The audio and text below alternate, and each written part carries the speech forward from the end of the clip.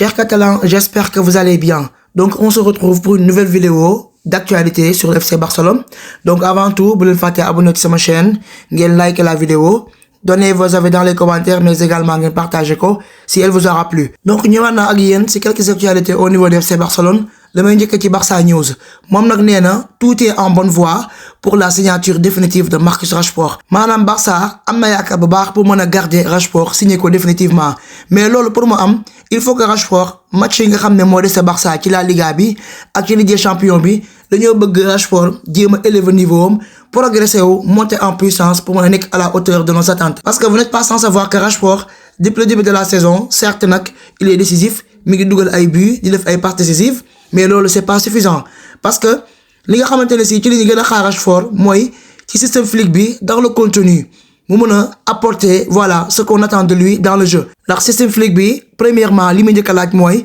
ligne haute bi pour mu marcher il faut que attaquant yi mëna presser haut parce que défense bi ci attaque bi lay commencer bu ñu presser haut dans ce cas ligne haute bi dina dox. Té Rashford nek na joueur bo xamné dafa tayel mom la plupart ay pressing haut du ko faral def day faire semblant rek mais lolu nonu nekku point fort am. Te flic loolu dafa nekk loo xamante ne si bokk na ci li muy laaj ci système am te Rashford def ko muy première chose. Deuxième chose, système flic bi dafay laaj ngay def ay replis défensifs comme Rafinha ni mu koy defee. Rafinha il court partout parfois sax mën naa ne bu perdre balle bi sur le jeu sans ballon day courir essayer def le tout pour mën a récupérer la balle wala bu def faute pour ne pas laisser l'adversaire filer. Wala parfois exemple bu Cancelo amee problème pour défendre, Rafinha day descendre beaucoup plus bas pour aider Cancelo défensivement pour empêcher l'adversaire à ce que def la différence. Rashford na lolou lepp du ko ci fekk. Rashford la plupart moom su perdre balle bi mëno fexé ba mu courir derrière l'adversaire pour récupérer balle am xalaatu ko su perdre balle bi rek day taxaw fi mu taxaw di xaar ñu joxaat ko balle bi te loolu noonu attitude boo xamante ne si apprécier ma ko ci joueur. Surtout nag système flic bi nga xam ne dafa soxla joueur bu sawar mel ne Rafinha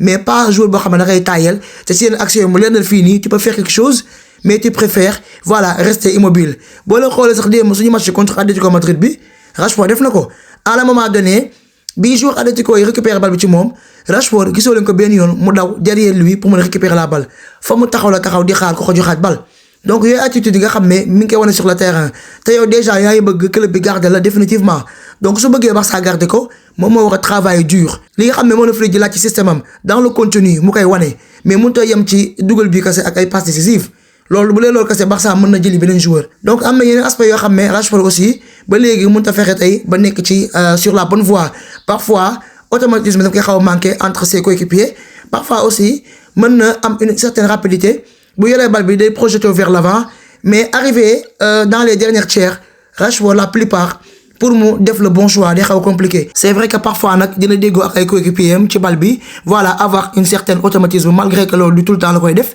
Parfois dina def ay passes décisives yo xamné voilà après bi lu ci mujjé am. D'ailleurs sax hier ci match dem bi il a été tout seul. Hier mom dama koy défendre parce que il a beaucoup tenté malgré que voilà li ma fa ñëk tudd lépp comme ça ay repris défensifs ak effort yi nga xamné wo nako def dans le jeu sans ballon yoy yep da ci tayel mais au moins offensivement voilà il a utilisé sa rapidité pour essayer d'apporter sa pierre à l'édifice devant. Malgré que il était tout seul, voilà, coéquipier démb ken aidé wu ko, personne n'a communiqué avec lui, lolu motax la plupart c'est un peu compliqué. Ak bi nga xamné dugal nako permettre le Barça d'égaliser. Lolu yep c'est bien beau, mais franchement, li nga xamné manque de Rashford muy les replis défensifs sur le jeu sans ballon, faire beaucoup d'efforts, de courir partout. Le système flic bi dafa laaj beaucoup d'efforts. Il faut avoir beaucoup d'énergie pour courir partout et de tout faire sur le terrain. Sinon beaucoup de rek da ngay porter préjudice à tes coéquipiers dans le jeu. Donc dama japp né bu fi Rafinha nekul normalement Rashford mo wara ñew faire la taf, prendre son intérim, être à la hauteur nga xamné ñun sax absence Rafinha duñ ko sentir. Mais féké Rafinha da blessé alors que Rashford li ñu xati mo woné wu ko dans ce cas ñepp dañuy yakamti Rafinha ñëwaat. Ñun santuñu ko pour mu def comme Rafinha parce que mën ta melni Rafinha li bi def sur le terrain mom kessé moko mën. Mais au moins Rashford consigne ya xamné flic bi nga koy joxé pour mëna marcher le piège hors jeu bi mom aussi mu ci participer muy def pressing comme ñëpp def ay replis défensifs bu ko défé ligne haute bi mëna marcher adversaire yi bañ ñoo ginnaw mais bu say morom def ay pressing haut yow nga taxaw fi nga taxaw dans ce cas ñeneen bu yàggee dañuy def na yow ñu tayal comme yow parce que gis na ne yow defoo les mêmes efforts que. Donc actuellement Barça bañul garder Rashford mais problème moy Barça dafa bëgg United daal di wàññi clause libératoire bi parce que actuellement sa clause est de 30 millions d'euros wax dëgg yàlla Barça nag yàq 30 millions d'euros pour un Rashford ba nga xam ne yow leeru la ba xam li ngay xaar ci moom dina ko wane wala déet parce que pour l'instant c'est insuffisant mais United dafa lànk ne du wàññi xaalis boobu soit Barça daf koy jënd 30 millions d'euros wala soit mu delloo leen seen joueur donc Barça loolu moo tax mu mujjee proposé United daan ne pourquoi pas United daa koy prêter waat Rashford encore mu nekk ñaareelu prêt pour la saison prochaine. dans ce cas dinañ xool ba xam est-ce que réellement Rashford dina nekk à la hauteur Barça mën koo garder wala fekkente ne saison bi mu def ren moom la defaat déwén bu ko defee Barça mën a xam ne kii moom du mës a progressé wu mu delloo ko clubam Barça loolu la bëgg. parce que bu ko jël risque di signer Rashford définitivement alors que mën naa am déception ci Rashford raison pour laquelle nag Barça match yi ñu dese dafa bëgg a xool Rashford est-ce que réellement dina progresser wu ci diggante bi jéem ñoo convaincre wala déet mais en tout cas on verra pour la suite en tout cas Rashford daal man je sais qu'il peut mieux faire parce que am na talent bi te il a des qualités yoo xam ne en tant qu'ailier gauche man pour man bu mu élever niveau am rek franchement il pourra faire partie des meilleurs ailiers gauche du monde mais pour l'instant franchement c'est trop limité donc les gars ba tey maa ngi ci mercato bi su ma ñëwee ci ActuFoot moom nag nee na ailier gauche bi ñuy wax Pedro Neto moom nag ñëpp xam nañ ne Chelsea lay jouer Barça daf koo boole ci joueurs yi nga xam ne daf koy suivre pour en cas mën koo signer loolu nag Mundo Deportivo ak FF Polo ñoom ñoo ko confirmé certes nag moom c'est un excellent joueur il sait dribbler il sait éliminer des adversaires en même temps mën na dugal but mën na def ay passes mais franchement man personnellement kii man gëwuma ne daal am na niveau Barça mooy loolu Pedro Neto xaw ma nag yéen la nga ci xalaat mais man moom bokk ci joueurs yi nga xam ne préféré naa ko mu nekk double yu Rafinha malgré que football moom tout est possible mais am na joueurs yoo xam ne da nga leen gis seen club ñuy réaliser de grosses performances def ay gros matchs mais une fois que tey yu ñëw au Barça rek mooy loolu dañuy floppé loolu moo tax man Pedro Neto je pense pas que bu ñëwee Barça dina fa réussir peut-être nag lu la mën naa nekk mais man loolu sama avis personnel la donc les gars su ma ñëwee ci FCB moom nag nee na Barcelone pare na pour recruter un attaquant c'est-à-dire un numéro 9 cet été parce que loolu moo nekk le plan bi nga xam ne Deco mettre na ko en place moom ak Laporta et c'est confirmé donc instant yi le club est très actif sur le marché des transferts pour mën a trouver un excellent numéro 9 boo xam ne day nekk un joueur de classe mondiale nga xam ne kii bu ñëwee voilà suñu aaju yëpp day faju parce que loolu rek moo ñu manqué ci attaque bi loolu Fabrizio Romano moo ko doon confirmé quant à Vibes Foot moom nee na Barcelone dafa fixer budget de 100 millions d'euros mu nekk somme boo xam ne moom la Barça nar a utiliser pour mën cee recruter un bon neuf parce que gis ngeen léegi football dafa changé bu njëkk ba dañuy gis ay meilleurs joueurs mais seen clause libératoire day tuuti mais léegi si dañuy gis benn joueur bi doo ko door sax clause am commencé 60 millions d'euros jëm kaw les clauses yi boo amul à partir de 50 jëm 100 millions d'euros ba 110 millions d'euros ba 200 millions d'euros joueurs yi nga bëgg doo ko mën a am malheureusement loolu moo tax Barça am problème instant yi ci mercato yi pour mën a recruter joueurs yi bëgg a am parce que cher ay joueurs yi moo ñu arrangé wul parce que gis ngeen suñu fair play financier ba léegi dañ ci am problème donc ci kaw loolu nag Barça jot nañ ko proposé benn joueur bu ñuy wax Vlahovic moom nag attaquant la numéro 9 buy jouer ci club bu ñuy wax Juventus mais malheureusement Vlahovic moom bi ñu ko proposé Barça dafa lànk moom nee na soxlawu joueur bi parce que tout simplement nekkul joueur bi nga xam ne islam méngawul benn yoon ak style Flick bi nga xam ne li muy laaj ci ay qualité joueur moom amu ko loolu moo tax Barça daf ko teel a rejeté daan ne ñun soxlawuñu joueur boobu écarté profilam joueur bi sax moom bëggoon naa ñëw parce que Barça nekk na club boo xam ne joueurs yi bari dañuy rêver pour ñëw fii loolu moo tax nag bi ko Barça refusé dafa mujjee décider daal di prolonger contrat am avec la Juventus instant yi prolongation bi dina àgg un contrat de 2 ans mu fas yéene wàññi salaire am bi nga xam ne 12 millions d'euros la dina àgg ba 7 millions d'euros par an te Barça moom il a été clair moom nee na bu naree recruter Vlahovic mu prolonger Lewandowski moo ko gënal te léegi wax dëgg yàlla ma ànd naag Barça Vlahovic man xam naa ko damay seetaan ay matcham mais li club bi wax mooy dëgg méngawul benn yoon ak stylu club bi te bu ñëw fi tamit mooy loolu day flopper rek donc jàppaleen ne club bi du fi jënd benn joueur boo xam ne entraîneur bi d'accord ci donc Flick daa xam ne kii nii footballam méngawul benn yoon ak système bi nga xam ne moom da ko mettre en place loolu moo tax mu teel koo rejeté donc Vlahovic nag certes c'est un bon joueur mais wax dëgg yàlla nag Barça la fekk amul xaalis bu mu jëndee joueur loolu warul tax nag ba ñu yaakaar ne joueur bu ñëw rek war nañ ko mën a xëpp Barça déedéet même fekkee amuñu xaalis aussi dañuy xool joueurs yi nga xam ne certes nag moo méngoog ak suñu xaalis mais dañuy xool est-ce que réellement stylam répondre na ak li système bi laaj waaw wala déet donc loolu empêché le Barça à ce que mu continuer di rechercher un bon numéro 9 parce que gis ngeen ne Ferran Torres ak Lewandowski les gars bu ñu waxantee dëgg Lewandowski man certes moo ma tànnal Ferran Torres parce que lui malgré que instant yi jeexal na mais au moins moom soxla occasion bari il suffit que man benn rek mën na dugal but la preuve gis ngeen démb bi mu remplacé daa ñëw fekk Ferran Torres def occasion yu lu jeex di raté mu Lewandowski ñëw am benn occasion daa dugal but ci épaule bi parce que moom au moins nekk na un vrai numéro 9 boo xam ne expérience am lay utiliser pour mën a faire la différence mais les gars il est temps que ñu séparer ak Lewandowski parce que dafa commencer màgget. certes na Barça daf ko bëgg a prolonger au moins pour une année supplémentaire nga xam ne saison prochaine kese moo ko fi dese mais wax dëgg yàlla il faut tourner la page. Lewandowski fàttewul li mu def au Barça ba léegi si il s'est marqué des buts mais Barça su bëggee recruter un neuf il faut que mu séparer wu soit Lewandowski soit Ferran Torres man ñoom ñaar ñëpp mën demoon moom may gënal. Ferran Torres moom léegi sax moo ko tane gis ngeen dem bi mu duggee il a fait beaucoup d'occasions lu mu tiré mu raté il tirait seulement sur le gardien. Ferran saison dernière sax commencé woon naa monter en puissance ñëpp yaakaar ne Ferran Torres c'est fini léegi il est au top dina nekk à la hauteur malheureusement saison ren bi il retombe dans ce travers nekkaat na le Ferran Tokar Torres bi nga xam ne moo nekkoon au Barça def ay bêtises sur le terrain donc Ferran franchement Barça instant bi nii pare na pour séparer ak moom en cas de bonnes offres Barça nag néewul carrément daf koy jaay mais dane bu amee benn club boo xam ne nangu naa fay xaalis bari ci Ferran Torres mën na ko libérer surtout nag Alvarez bi nga xam ne gis ngeen ne Barça Julián Alvarez moo nekk suñ choix numéro 1 pour mu nekk suñ numéro 9 pour la saison prochaine mais Barça def le pourquoi pas puisque Alvarez joueur la boo xam ne dafa cher plus de 100 millions d'euros la ko Atlético di jaayee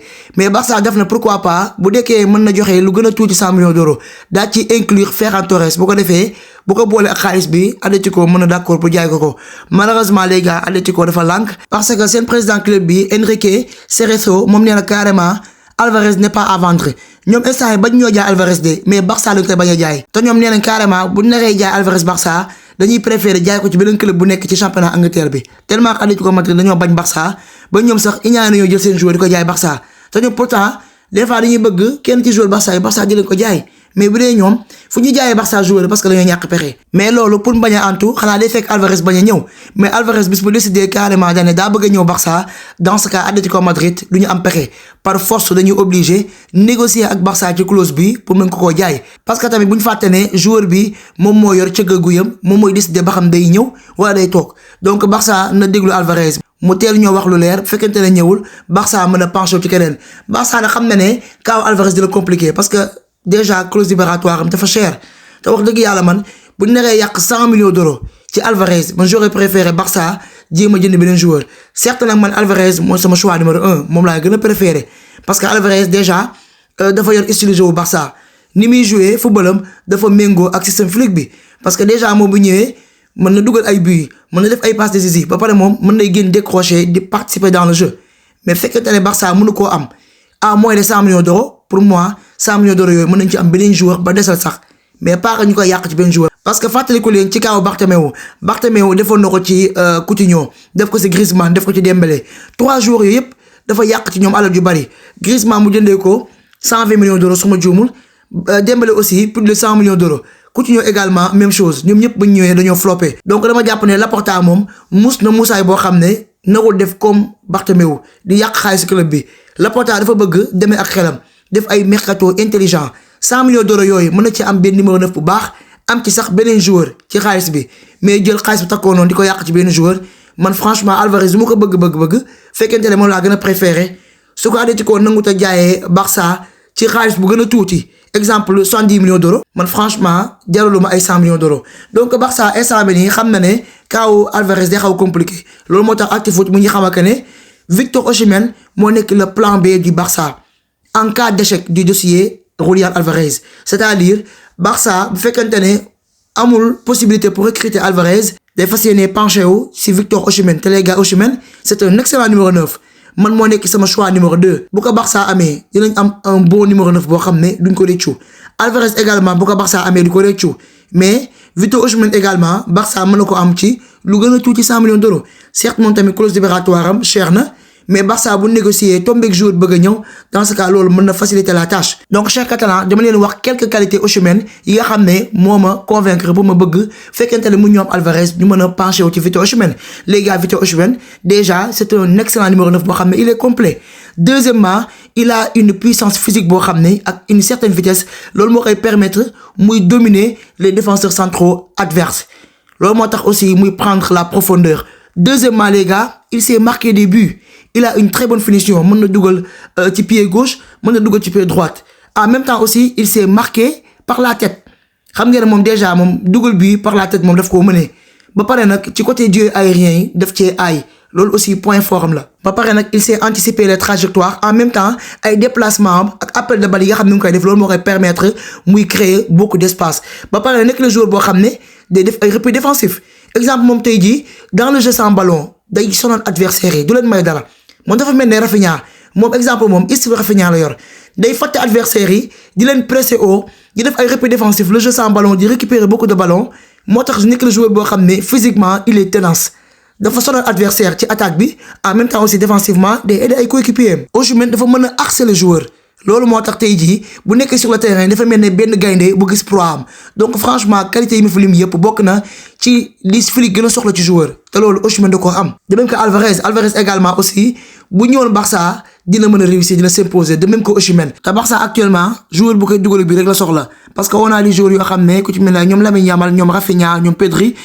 ils peuvent proposer du jeu. instant yi bu ñu amoon ku mel ne Osimhen même fekkente ne participer au jeu bi sax c'est pas grave l'essentiel a nekk daal na nekk un bon endroit tout le temps di marquer des buts pour nous parce que loolu moo ñu manqué occasion yi bari yi ñuy raté nii bu ñu amoon un bon numéro 9 ba tey kenn waxatu ko loolu moo ñu permettre ñu mën a gagner match après match donc les gars on verra maa ngi xaase avec dans les commentaires ngeen wax ma diggante Alvarez ak Osimhen kan ngeen ci préféré kan moo nekk seen choix numéro 1 wala entre ñoom ñaar ku si ñëw baax na donc les gars damay ñëw ci kaw Bastoni.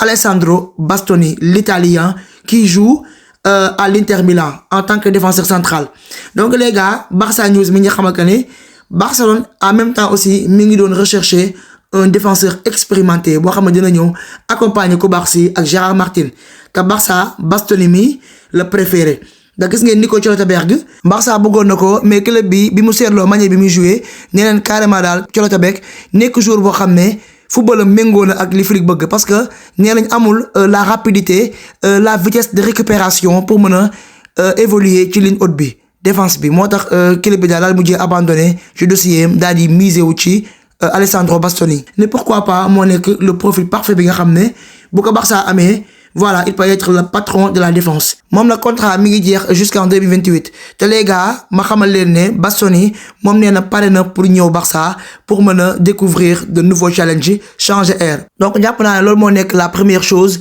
la plus importante parce que joueur soo ko bëggee jënd na fekk moom bëgg a ñëw fekkente ne bëggut a ñëw nag boobu transfert du mën a nekk mais comme Bastoni moom nee na moo pare pour ñëw Barça kon dans ce cas. Inter Milan dina obligé négocier ak Barça ci clause libératoire bi donc Inter Milan tamit pare nañ pour jaay joueur bi loolu moo tax sa ñoom actuellement ñi ngi chercher beneen défenseur boo xam ne mën na ko remplacer. donc dès que jot naa faire des contacts avec son entourage ak agent am ñu commencé waxtaan ci noonu nag Bastoni d'accordoon mais pour l'instant négociation yi commencé gul te Barça nee na daal ci mois avril bi la bëgg a commencer négocier ak waa Inter Milan bu ko defee ñu mën a xool ban prix moo gën a approprié ñu mën koo jaay joueur bi donc Inter Milan moom na pare na pour jaay ko mais nee daal Barça su bëggee am joueur bi soit plus de 60 à 80 millions d'euros la koy jaayee c'est-à-dire lu ëpp 80 millions d'euros donc Barça nag bis bu commencé négociation yi j'espère que dina réussir jëndee ko lu gën a tuuti 80 millions d'euros par exemple au moins mu jëndee ko 70 millions d'euros pas plus mais 80 millions d'euros plus moom dafa xaw a cher te Inter Milan nee na dafa bëgg Gérard Martin nee na Barça fekkante ne nangu ta fay 80 millions d'euros wala ko ëpp nangu na négocier ak waa Barça bu ko defee mën na leen koo jaayee lu gën a tuuti 80 millions d'euros mais loolu na fekk ñu nangu koo jox Gérard Martin bu ko defee ñu mën ci inclure joueur bi mais Barça actuellement dafa nanguwul parce que Gérard Martin moom sax parewul pour quitter club bi dafa bëgg réussir au Barça même man sax bëgguma Gérard Martin ñu koy boole ci deal bi wax dëgg yàlla parce que Gérard Martin gis nga ne temps yi mi ngi progresser normal ay matcham mi ngi koy def comme il le faut donc nañ bàyyi jàmbur mu continuer avec le Barça tant que mi ngi progresser lañ ko bàyyi parce que gis naa temps yi te défense bi moo ko baax si lañ koo téye donc mu ñu am joueur boo xam ne temps yi muy góorgóorlu fañ koy xaaree mu ciy góorgóorlu ba àgg fa pare ñu bëgg koo jaay bu ñu jëlee risque jaay ko mu dem Inter Milan daal fay nekk un grand joueur nag dans ce cas mën nañ koo rëccu donc Barça bu dee di ci inclure na ci boole Ferran Torres wala Lewandowski waaw koy war a Araujo mais pas Gérard Martin donc pour l'instant daal dossier Bastoni bi ñu ngi koy topp du xool ba xam fan lay mujj après daal lu ci mënta am man dinaa leen ko informer mais négociation yi moom la ñuy xaar ba xam fan la affaire yi mujj donc les gars su ma ñëwee ci Barça News encore moom nee na Barcelone dafa kontaan ci Cancelo ci performance yi baax yi nga xam ne mi ngi koy wane sur le terrain donc Barça pour l'instant commencé na entamer ay discussions avec son agent Jorge Mendes bu ko defee ñu mën a garder joueur bi mën koo signer définitivement donc négociation yi commencé na et que Barça actuellement nii dafa bëgg a am les options possibles pour mën a conclure l'accord te Cancelo moom tamit pare na pour toog Barça ndax ñëpp xam ne la Cancelo moom Barça lay topp yàgg naa bëgg Barça même jamono mu nekkee Man City ba léegi sax Barça moo nekkoon son club de rêve. moment yoo xamante ne si quitté na Barça aussi amul ko gënal donc bu ko Barça bëggaatee dafa gaaw jóge ci clubam tegu si baat ñëw pour aider le club actuellement ni aussi moom nee na pare na pour toog parce que nee na Barça moo nekk son club de cœur et que fii la bëgg a réussir donc Fabrizio Romano mën doon xamal yi actualité. donc toog Cancelo au Barça ñun supporter Barça yépp ko bëgg amul kenn koo xam ne bëgg nga Cancelo dem gis ngeen déjà bu ñëwee Barça ba léegi ñaata match la ñu aidé ci côté gauche bi moom déjà rek il est polyvalent mën na jouer à droite mën na jouer à gauche certes nag défensivement c'est un peu compliqué mais offensivement les gars waaw li muy apporter dans le jeu. lu ñu yàgg a xaar ci Baldé pendant des années Cancelo fan yi bi nga koy wane moo tax fan yi côté gauche bi man je m'inquiète pas du tout ça joue bien Cancelo en même temps mën na sax jouer comme rôle faux ailier gis ngeen démb suñu match contre Atlético Madrid moment yi nga xam ne Rashford génnoon na mais Cancelo moom moo jël place Rashford moo doon jouer comme faux ailier gauche mais gis ngeen li mu apporté bii bi nga xam ne Lewandowski dugal na ko sax le but de la victoire lépp liggéey Cancelo la c'est son œuvre moom moo crochet joueur bi 2 fois daal di frappé Lewandowski eggale bii bi donc loolu noonu la ñuy xaar ci un latéral gauche wala latéral droit nga xam ne day mener défensivement ak offensivement ci ñaari côté play ay mais Cancelo certes xam ne ne défensivement mënee wu fa mais au moins offensivement mi ñuy apporter loo xam ne franchement ça nous fait plaisir te système Flick bi bu leen fàtte ne c'est un système offensif Flick moom encaissé ay buts du problème moom l'essentiel nekk moom na dugal ay buts yu bari donc moo tax ma ne système bi dafa nekk lu méngoog ak Cancelo na Cancelo ku ne xam ne offensivement la gën a mëne mu ñëw tombeeg Flick moom soxla ay joueurs yoo xam ne dañuy apporter offensivement donc loolu day nekk loo xamante ne si ça colle bien ba pare moom sax ñëwam au Barça daf ñoo arrangé parce que gis ngeen ne affaire blessure yi tout le temps day faral di répété wu si club bi gis ngeen Baldé dafa blessé Koundé blessé mais heureusement que am nañ Cancelo boo xam ne chaque match mi ngi enchaîné bu tey mu joué à droite bu liggéey mu joué à gauche imaginez bu fekkoon ne Cancelo nekk fi dans ce cas su Baldé ak Koundé blessé kan mooy joué seen côté Araujo nga mujjee utiliser à droite Eric Garcia mën a jouer à gauche wala Gérard Martin mais heureusement que yenn recrues yi parfois daf ñuy aider de trop. donc su ma ñëwee ci FR Barça moom nag nee na Barcelone pare na pour jaay Baldé sauf si une bonne offre se présente c'est-à-dire jaay Baldé du force ça dépend bu fekkente ne am na club boo xam ne nangu naa fay xaalis bu takku pare na pour jaay Baldé te Baldé instant yi am na yenn club yoo xam ne ci Premier League bi bëgg nañ ko ku ci mel ne Man City. ay United ak Liverpool ñi ngi koy topp loolu Mundo Deportivo moo ñu ko doon xamal mais les gars ma su ma joxee sama avis wax dëgg yàlla su ma sañoon Baldé duñ ko gaaw a jaay certes nag Cancelo macha allah bi mu ñëwee ba léegi ñëpp a kontaan ci moom mais du tax ma fàtte Baldé certes neexut a faral parce que bi mu ñëwee Barça ba léegi depuis 2021 su ma juumul xaw ma 2022 mënut a fexe ba progresser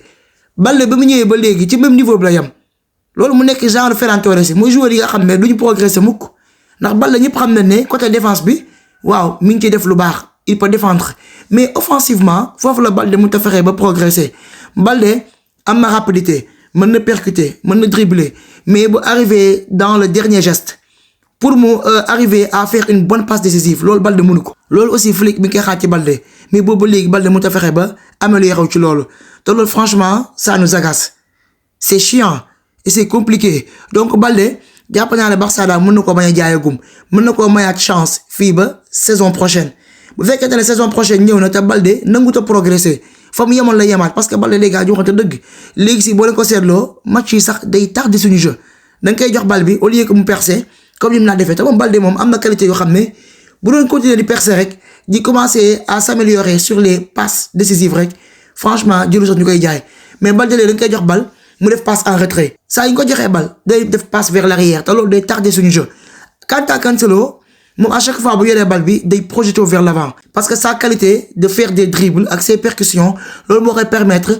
parfois li muy def ay passe en retrait bariwul la plupart day percer jéem a apporter de la profondeur aller vers l'avant te loolu dañ koy soxla ci arrière gauche mais tout le temps ngay arrière di delloo bal bi ginnaaw loolu franchement day yàq suñu action day tardé jeu bi te Baldé léegi c'est loolu lay def. Baldé léegi match après match day gën a floppé wax dëgg yàlla nag c'est l'enfant du club c'est l'enfant de la Masia mais ñun xoolatuñu foofu na football dafa changé même fekkente ne club bi la formé bu nekkee li ñuy xaar ci yow pendant des années mën na ko wane il est temps que ñu séparé ak yow. moo tax gis nga yenn match yi sax Flick daf ko teg ci banc bi di titulariser Cancelo parce que message bi koy lancé la xamal ko ne fi ñu lay xaar eggoo fa Cancelo mi fi ñëw bëgg de moo njaay mi moo àgg foo xam ne ci yow lañ ko yàgg xaar te yow wane woo ko donc Balde wax dëgg yàlla moom moo war a góorgóorlu jéem a amélioré wu ci défaut am te genre Balde yi dañoo doy waar tey Barça bu ko jaayoon mën naa dem ci beneen club commencé di fa progresser di fa def ay gros match di def loo xam ne ci club lañ ko doon xaar mu wane ko feneen loolu mooy problème bi moo tax ma ne pour l'instant nañ ko bàyyi ci club bi rek mais j'espère que daal dina jéem a def ay effort parce que xam ne ne instant yi Cancelo nangu na place am pour l'instant Cancelo moom mooy nekk le titulaire indiscutable ba keroog ñu gis leneen Balde instant yi même fekkente ne tane na bu ñëwee ci banc bi lay toog parce que pour l'instant Cancelo en termes de méritocratie moom moo war a continuer nekk titulaire parce que moo ko wane ci match yi mujj yi Balde bu fekkee bëgg naa regagner sa place titulaire bu amee quelques minutes ci deuxième mi-temps bi na dugg wane boppam def ay bonnes choses yoo xam ne peut-être loolu mën naa dal xelu Flick ba yenn match yi ñëw pourquoi pas mën na ko mettre titulaire mais loolu ça dépend de lui ak ci ay performances yi nga xam ne dina ko wane sur le terrain donc on verra pour la suite ngeen wax ma les gars seen avis ba xam yéen d'accord ngeen ñu jaay Balde wala da ngeen bëgg peut-être club bi garder ko pour la saison prochaine mu nekk sa dernière chance. damay ñëw ci FCB Paul moom nee na Barcelone dafa pister Alejandro Grimaldo pour mu mën ko recruter ci poste arrière gauche bi Grimaldo xam ngeen ko moom tam Barça moo ko formé ci Marsella bi la nekkoon actuellement nag mi ngi jouer ci Bayer Leverkusen mu nekk un très bon joueur boo xam ne mën na défendre ba pare offensivement waaw dina apporter lu bari te mën na dugal ay buts mën na def ay passes décisives donc moom daa bëgg a quitter clubam bi ñuy wax Leverkusen actuellement cet été mais club allemand bi instant yi bëgg koo bàyyi muy dem librement daf koo bëgg a jaay au moins 15 millions d'euros te Barça pare na pour jënd joueur bi te 15 millions d'euros dëgg yàlla nekk na clause bu abordable boo xam ne Barça mën na ko am man Grimaldo je dis oui tous les jours nekk na joueur boo xam ne bu ñëwee mën na progresser de ndax c'est un excellent joueur arrière gauche bi day tax tey ñu mën cee am ay doublure rek bu teyee mu jouer boo léegee Cancelo boo léegee Balde parce que instant yi dañoo soxla ay renfort ndax da ngay sóoraale blessures yi ndax gis ngeen ne Balde daa fragile pour en cas tey su blessé mën nga am Cancelo à droite fekkee te la Koundé joué wul nga mën a am Grimaldo à gauche donc on verra donc les gars su ma ñëwaatee si Vibes Foot moom nag nee na Xabi Simons daa rêvé pour mën a ñëwaat au Barça si mercato estival bi wax dëgg yàlla Xabi Simons man bëgg naa ku ne ñëw Barça ba des moom parce que moom bu leen fàtte ne aussi ci enfant de la Masia bi la Masia bee ko formé mu nekkoon Barça mais moom moo xëy un bon jour décidé daal di quitter club bi dem yoonam ndax yàkkamti donc dem na wër ci club yi bari jot naa jouer au PSG affaire yu doxul mu dem PSV Eindhoven jouer fa affaire yu doxul ba tey jii mujjee Tottenham mu dem ba ci yàgg affaire yi métti si moom bëgg a delluwaat Barça wax dëgg yàlla Barça mu am na fula ak fayda boo xam ne joueur ba xas ba quitter club bi ndax yàkkamti bëggatoo si club bi dara ñun tam soxlaatuñ la boo dee ba affaire yi métti si yow boo bëggee ñëwaat ñun dañuy bañ ku weddi laajal Neymar ak ñoom yegg si Moriba nga xam ne instant yi bu leen Barça fëggaatoon seen buntu duñ hésiter pour ñëwaat donc Xabi Simons mieux vaut que mu reste ndax moom déjà amul niveau Barça on n'a pas besoin de lui déjà milieu bi daa fees te bu ñëwee tey ci banc bi lay toog en même temps Barça sax nee na soxlawu ko nee nañ bugguñu dara ci joueur bi kon nag jéem a la chercher ailleurs donc les gars damay ñëw ci bonne nouvelle yi ndax gis ngeen Alejandro Balde ak Koundé ak Frenkie ñu ñëpp dañoo blessé woon mais heureusement tane nañ bu baax instant bi ils sont de retour Balde ak Koundé jot nañoo entraîné wu avec le collectif Koundé sax moom démb jot naa jouer contre Atlético Madrid quant à Balde peut-être prochain match bu nekkee kaw Frenkie moom semaine prochaine inchallah lay ñëw participer à l'entraînement collectif pour mën a disponible donc actuellement nii leen rek moo ci mauvaise nouvelle mooy la blessure de Rafinha nga xam ne moom bi équipe am doon jouer la Seleção au Brésil bi ñu doon taseeg France ci match amical malheureusement amoon na action boo xam ne dafa bëggoon a récupérer bal bi ci Mbappé ci la ko Mbappé daal di dribbler ci la Rafinha daal di saaraan ci tànk bi ci noonu la amee encore une blessure musculaire mu nekk ci même endroit bi nga xam ne ci lay blessé tout le temps ci musclé donc Rafinha il va rester 5 semaines sans rejouer donc gros match yi fi nekk yëpp contre Atlético Madrid dina ko raté xam nga loolu moom c'est une très mauvaise nouvelle ndax Rafinha dina manqué loolu ci attaque bi malgré que Rashford mi ngi fi donc on lui souhaite un propre rétablissement et espérons qu'il nous revienne vite donc les gars li moo nekkoon quelques actualités au niveau du FC Barcelone bu leen fàttee abonné ci sama chaîne YouTube Fàttali Catalan ngeen activer cloche de notification bi bu ko defee bépp vidéo boo xam ne mettre naa ko en ligne ngeen mën a bokk si ñu ngi koy njëkk a notifié mais également ngeen abonné sama compte Twitter @FatiNdiaye014 bu leen fàttee abonné sama compte TikTok Fàttali Catalan ngeen aimé vidéo bi joxe seen avis dans les commentaires mais également ngeen partagé ko restez connectés sur ma chaîne prenez tout soin de vous et à très vite.